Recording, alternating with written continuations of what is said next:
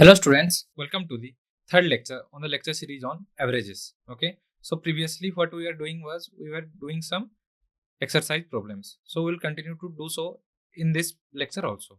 Okay, so let's go forward with this lecture. So this is the third lecture on this lecture series and we will be covering exercise problems. Okay, so let's go forward and see what problem number 1 brings to the table. So a car travels a distance of 150 kilometer. Okay, so distance traveled is equal to traveled is equal to 150 kilometer, right? So the speed is given to us at 50 kilometer per hour. So speed is equal to 50 kilometer per hour, right? So what you have to consider at this time is here the distance is also given in kilometer and the speed is also given in kilometer. If not, say if it would have been given to you that the distance traveled by the car was 150,000 meter, okay, and the speed of the car is 50 kilometer per hour, then in order to find out the time taken, okay, if you want to find the time, then you must convert one into the other. Since we are using r in speed and kilometer in speed, so the distance must be in kilometer. Okay, so the distance in kilometer will be what? 150 kilometer, right? So time is equal to what? Distance by speed. You say how? Because speed is equal to distance dividing time,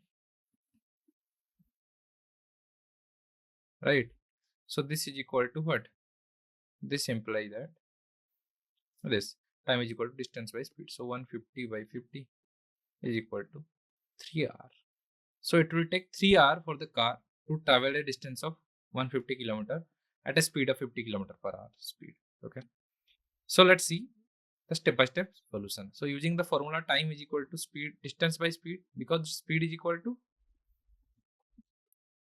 distance by time, right?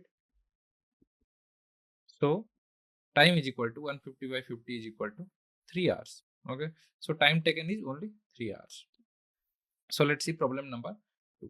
So a train covers a distance of 400 kilometer in 5 hours. Okay. So if the train covers a distance of 400 kilometer in 5 hours, then calculate its speed. Again, we can use that same formula. Okay. So speed is equal to what? Distance by time. Okay. So this is equal to distance by time. So distance is 400 kilometer given to us. This is 400 kilometer by 5 hours. So 5 hours is equal to nothing but 80.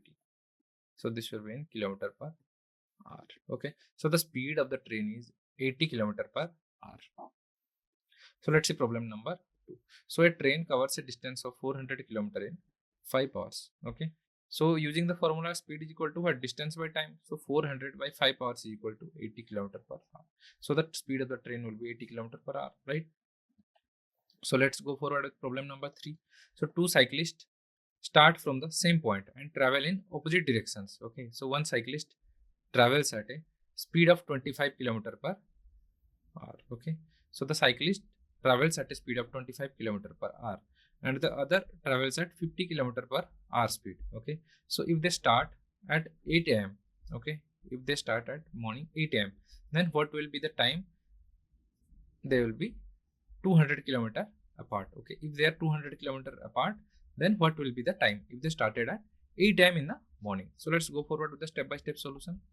So calculate the relative speed of the two cyclists. So after calculating, what you can assume? Okay.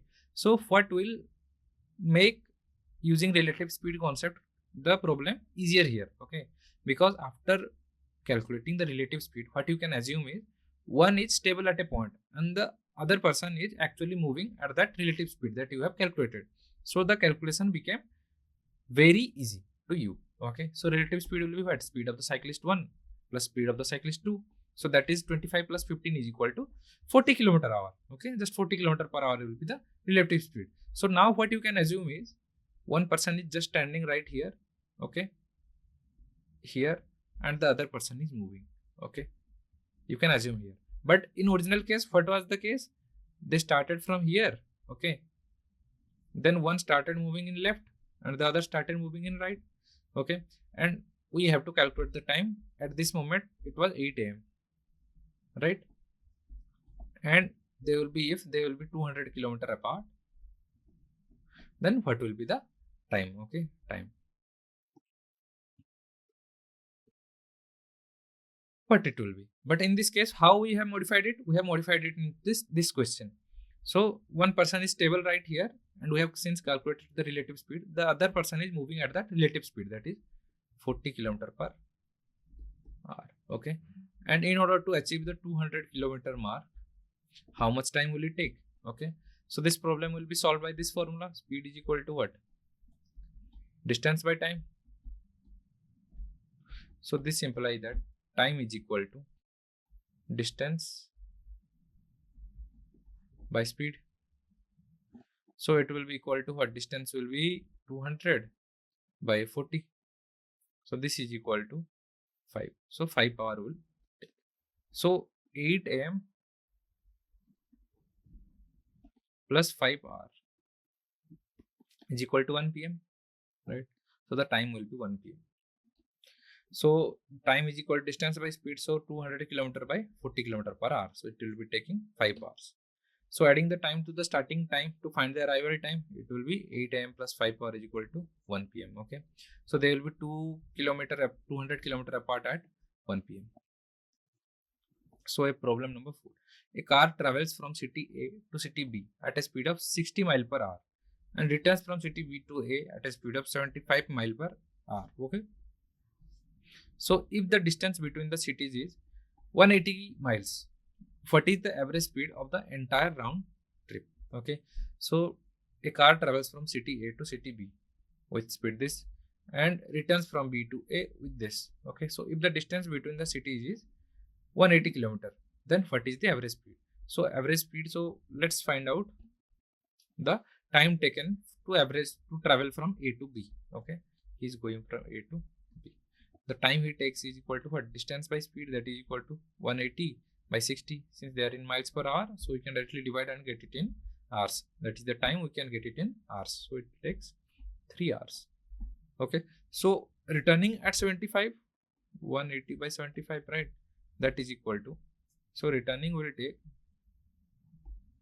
so it will be 15 and this will be 36. So 5 and 12. So 12 by 5 hour. That is equal to 2.4 hours. Okay. So from B to A, it took 2.4 hours. Okay. So calculate the total distance for the round trip. So 180 miles plus 180 miles is equal to what? 360 miles, right? So calculate the total time for the round trip. So 3 hours plus 2.4 hours is equal to what? 5.4 hours.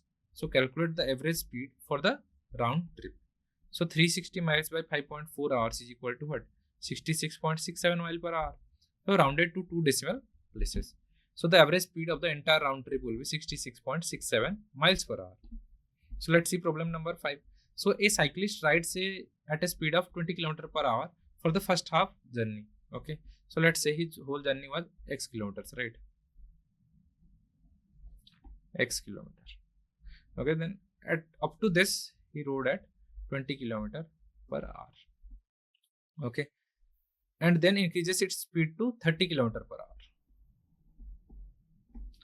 for the second half. If the total distance traveled is 60 kilometers, this is given as 60 kilometers. Okay. Then what is the average speed of the entire journey? So the entire journey can be completed on an average speed of what? So calculating the distance for the first half of the journey is equal to 30 km and the second half will also be 30 km, right? So calculate the time taken for the first half is equal to 30 kilometers by 20 km per hour is equal to what? 1.5 kilometers. So calculate the distance for the second half of the journey. So 1 by 2 into 60 is equal to what? 30 kilometers.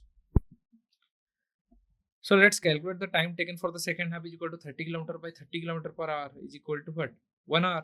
So calculate the total time for the entire journey will be 1.5 plus 1 is equal to 2.5 hours. So calculate the average speed for the entire journey. So 60 km by 2.5 hours is equal to 24 km per hour. So this will be the average speed at which if one completes the journey, then he will be covering 60 kilometers in 2.5 hours, with completing the first half with the speed of 20 km per hour and the second half in 30 km per hour. So let's go forward and see problem number 6. So in a class of 25 students, the marks scored in a test are as follows. That is 10 students scored 80 marks, so their cumulative will be 800. And 8 students scored 90 marks, so 8 into 90 is equal to 720. Okay, so the rest scored 70 marks. So plus 70 into x, right? So then let's see so x will be what? If there are 10 students and 8 students, so 25 minus 8 is equal to 7, right? So it will be what? Into 7, x will be 7. So this is divided by 25. So this is equal to 1520 plus 490 by 25 is equal to 2010 by 25, right? So calculating the total marks scored by each group is equal to 800, 720 for group number 1 and 2 respectively, whose average marks were 80 and 90 respectively, right? So total marks by group 3 is equal to 25 minus 10 minus 8 into 70 is equal to 490. So calculating the total marks and the average, the total marks is equal to 800 plus 720 plus 490 is equal to 2010.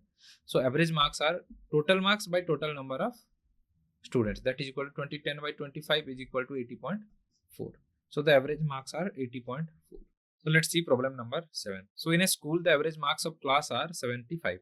So if the average marks of boys are 80 and the average marks of girls are 70 and the ratio of boys to girls is 3:2. So find the percentage of the boys in the class. Okay, so let's go forward with the step-by-step solution. So set up the ratio equation for boys and girls. That will be what? 3:2, right? So calculating the ratio multiplier. So ratio multiplier is equal to what? Total parts by parts of boys is equal to 3 plus 2 by 3 is equal to 5 by 3. So calculating the average marks for the class. Okay. So average marks for boys is equal to a ratio multiplier into average marks of the boys, right? So average marks of the boys is what? 80. So ratio multiplier will be 5 by 3. We have already calculated here. So multiplying these two, 133.33 is the approximate value. So average marks for girls will be what? Ratio multiplier into average marks for girls. That will be 5 by 3 into 70 because their ratio multiplier is 5 by 3 and 70 is the average marks for girls. So it became 116.67. So step 4, calculating the total average marks for the class. So total average marks is equal to what? Average marks of boys plus average mark of girls by whole by 2. So it is 133.3 bar plus 116.67 whole by 2 is equal to 125. So calculating the percentage of boys in the class. Percentage of boys is equal to what? Average marks for boys minus total average marks. Average marks of boys minus total average marks of girls into 100. So it will be what? So this will be around 60%. Okay, so the percent of boys in the class is approximately 60%. So let's see problem number 8. So in an exam, 50% of the students scored 40 marks and the other 50% scored 60 marks. Okay. So what is the average score of the students? If 50% of the students scored 40 marks and 50% of the scored 60 marks. Okay, then let's calculate their average. So calculating total marks from 50 students will be what? Students scoring 50, if 50% of the scored 40 marks, then you calculate the total contribution to the marks pool. That will be 20 marks, right? So calculate the total marks from 50% of the students scoring 60. So similarly for them, it will be 30, that is 0.5 into 60. Okay, so then adding these two, okay, what we are left with is 50 marks. So 50 marks will be the average. Okay. So if we calculate what? 40 into 0.5. So 40 into 0.5 plus 60 into 0.5. Okay. This is equal to what? So this will be 20. Okay. And this will be 30 plus 30, right? Is equal to 50. So this will be the average marks that will be scored by the whole class. Okay. So the average score of the students will be 50 marks. So let's see problem number 9. So in a class of 40 students, the average score in mathematics exam is 75 and 10 students scored 90, 20 and 70, and the rest scored 60. So what is the average score of the entire class? Okay, the class has capacity of 40 students. Okay, so the average score in mathematics is 75. So 40 into 75 is the whole cumulative number or amount. Okay, so if 10 students scored 90, so 900, that is 10 into 90, plus 20 students scored 70, so it will be 1400, right? And the rest scored 60. So since we have what, 10 students and 20 students here, so rest is equal to 40 minus 10 minus 20 is equal to what, 10 are remaining, so they scored 60, so plus 600, right? So this is equal to 900 plus 1400 plus 600. Okay, so this is equal to what, 900 plus so this will be 2900. Okay, since the number of index or number of students is equal to 40 here, this is 40, this is equal to 290 by 4, that is equal to 145 by 2 is equal to 72.5. Okay, so 72.5 is the correct answer. Okay, this will be the class average. Okay, so as you can see, what we did first was we summed all the scores of 10 students scoring 90, that is equal to 900. Then we summed up all the students, that is 20 students whose score was 70, and we got 1400. And then we calculated the sum of scores of the remaining 10. Okay, remaining 10 how? 40 students are there in the capacity, with capacity 40 minus 20 minus 10 is equal to how many are left? Is equal to 10, right? So 10 students who scored 60 is equal to 600. So calculating the total sum of scores of the entire class is equal to 900. 1400 plus 600 is equal to 2900. So calculating the average score of the entire class is equal to what? 2900 by 40, right? So this will be 72.5. So the average score for the entire class is 72.5. So let's see problem number 10. So in a quiz competition, there are actually 50 questions, and the average number of questions answered correctly by a group of 30 participants is 40. So if one participant answered all 50 questions correctly, then what is the number of questions answered correctly by the remaining participants? Okay, so let's see. So calculating the total number of questions answered correctly by the group. So 30 participants into 40 questions whole by participant number is equal to 1200 questions. Okay, so subtract the number of questions answered by the participant who got all 50 correct. So this much minus 50 is equal to 1150, right? So calculating the average number of questions answered correctly by the remaining participants, that is what, 1150 questions remaining whole by 29 participants, it will be 39.66. So rounded to 2 decimal places. So the average number of questions answered correctly by the remaining participant is approximately 39.66 or 40. So let's see problem number 11. So Rohan's monthly income is 3000 and monthly expenditure is what, 2500. Let's see the step-by-step solution. So calculate the monthly savings. So monthly savings is equal to what? Income minus expenditure. So it is 3000 minus 2500 is equal to 500. So Rohan's monthly savings are actually 500. Okay. So problem number 12. If Nisha's monthly income is 5000, she spends 30% of the income on rent and 20% on groceries. How much does she have left after her expenses? So calculate the amount spent on the rent and groceries. So remaining amount is equal to what? Income minus rent expense plus grocery expense is equal to 5000 minus 2500 is equal to what? 500, right? So remaining amount is 500 only. Okay. So Nisha has, okay, this is 2500, right? 2500 remaining.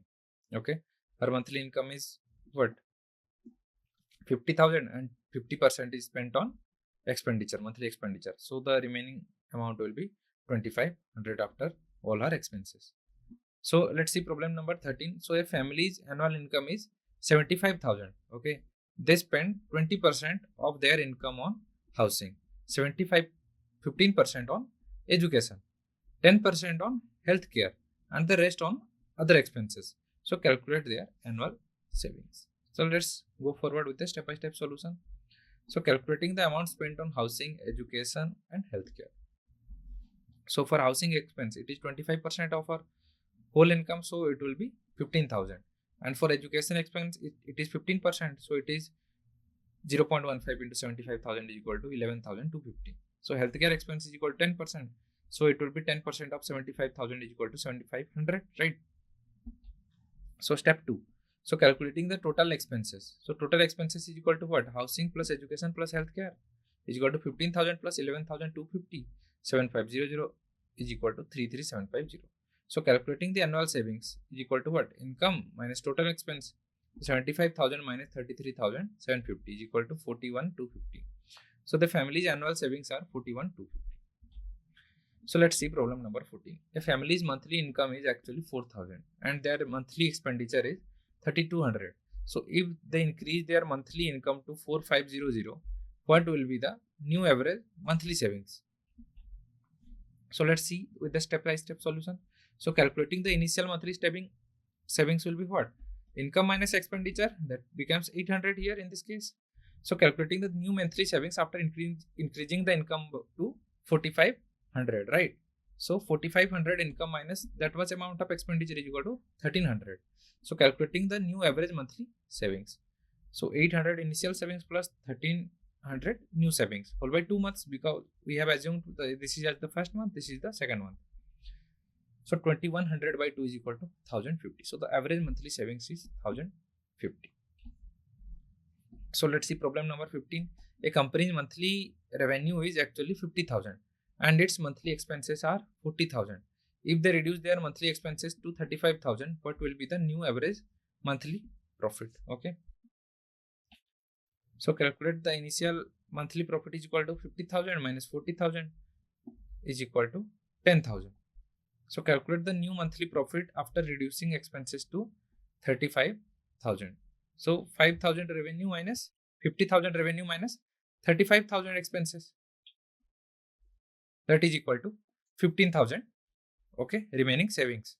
So calculating the new average monthly profit will be 10,000 plus 15,000 whole by 2 months, because this is the first month and this is the second month. Okay, so we'll assume 2 months in the denominator. So what will be left is 25,000 by 2, that is equal to 12,500. So the new average monthly profit is 12,500. So let's see problem number 16. So in a class of 30 students, so the capacity of the class is 30 students. So the average mark in a test was 75. So what will be the cumulative score? So cumulative score will be 75 into 30, right? So if Hari scores 80 marks, how much above the average did he scored? Okay, so let's calculate the difference between Hari's score and average, right? So Hari's score was how much? It was 80. So the average score was 75 for the whole class. So the difference is actually 5 marks. So Hari scored actually 5 marks above the average. So let's see problem number 17. In a school, the average marks of a class is what? 65. If the capacity of the class is 40 students. Okay, if it is the capacity of the class. So if a student named Mary scored 90 marks, how much above or below the average did she score? So Mary's mark was what? 90 marks and the class average was 65. Okay, so 90 minus 65 is equal to 25. So 25 she scored above the average. So difference between Mary's score and average score was 25. That's why Mary scored 25 marks above the average. So let's see problem number 18. So in an exam, the average score of a group of 50 students is 80. If the average score of first 30 students is 85 and the average score of the remaining students is 70. So what is the average score of the remaining students with respect to the entire group? Okay, since 50 students scored 80, the average of 50 students is equal to 80. So the cumulative score is equal to 50 into 80, right? And we know that out of those 50, 30 students have an average of 85. Okay, so we can calculate cumulative score of first 30 students is equal to what? 85 into 30, right? And for the remaining students, the average was 70. So how much was remaining? So cumulative score for the remaining 20 students is equal to 70 into 20, right? So what is the average score of the remaining students with respect to the entire group? Okay, so since the total marks of the remaining is equal to what? Average of the remaining into number of remaining, that is equal to 70 into 50 minus 30 is equal to 20, that is equal to 1400. Okay, and we have also calculated the total marks of the first 30, that is equal to what? 85 into 30 is equal to 2550. Okay, so what we can do now is we can calculate the total marks of all students is equal to 2550 plus 1400 is equal to 3950. Okay, so let's now calculate the average score of the remaining students with respect to the entire group. So if we try to calculate it, how we'll calculate it? We'll use this formula, that is total marks of the remaining by number of the remaining or indexes of the remaining, that is equal to what? 1400 by 20 is equal to 70. So the average of the remaining students with respect to the entire group is 35. Okay, so that's all for now. Thank you.